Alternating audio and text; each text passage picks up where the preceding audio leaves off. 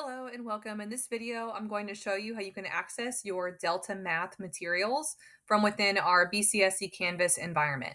So the way that we have set up DeltaMath is that it's going to kind of live and breathe throughout Canvas and many places that you can go.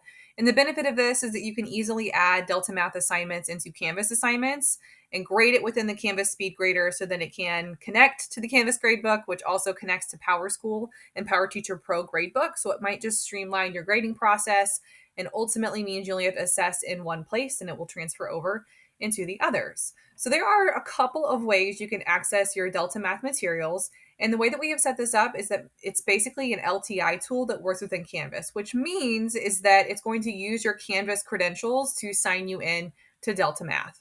So one way you can access it is if you just click your profile icon, there's a button here for DeltaMath and it will take you right into that platform. So that is one way.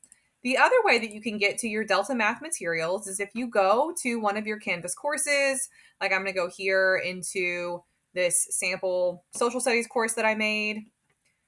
Over here on the left-hand side of the screen, if this is ever hidden, you just have to click this little navigation menu here and it opens it again.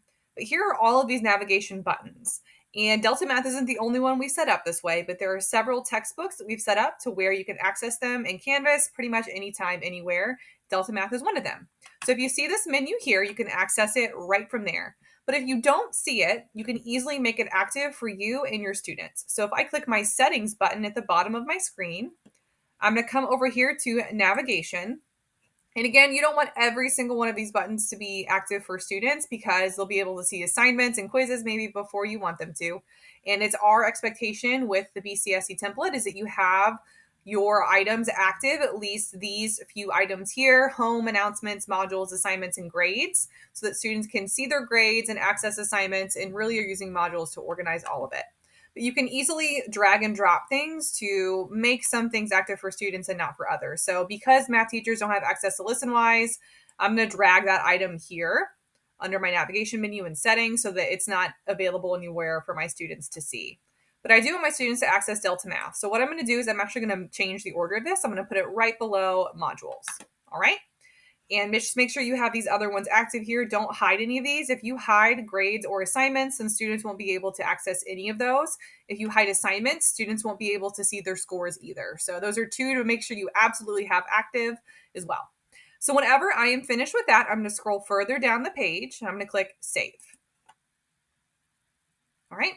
So now that I have done that and it's active over here, and I know it's active because it doesn't have this little disabled icon here with a little eye and the line through it. So if I click DeltaMath, it's going to sign me in to the platform. So I have a little bit of a different view than you because I have admin rights. I'm not a teacher in this platform, but if I was a teacher, I could see all of my things right here. And for your students, this is the same way that they can also get to DeltaMath. We'll just click the button you've made active in your course and access it from there.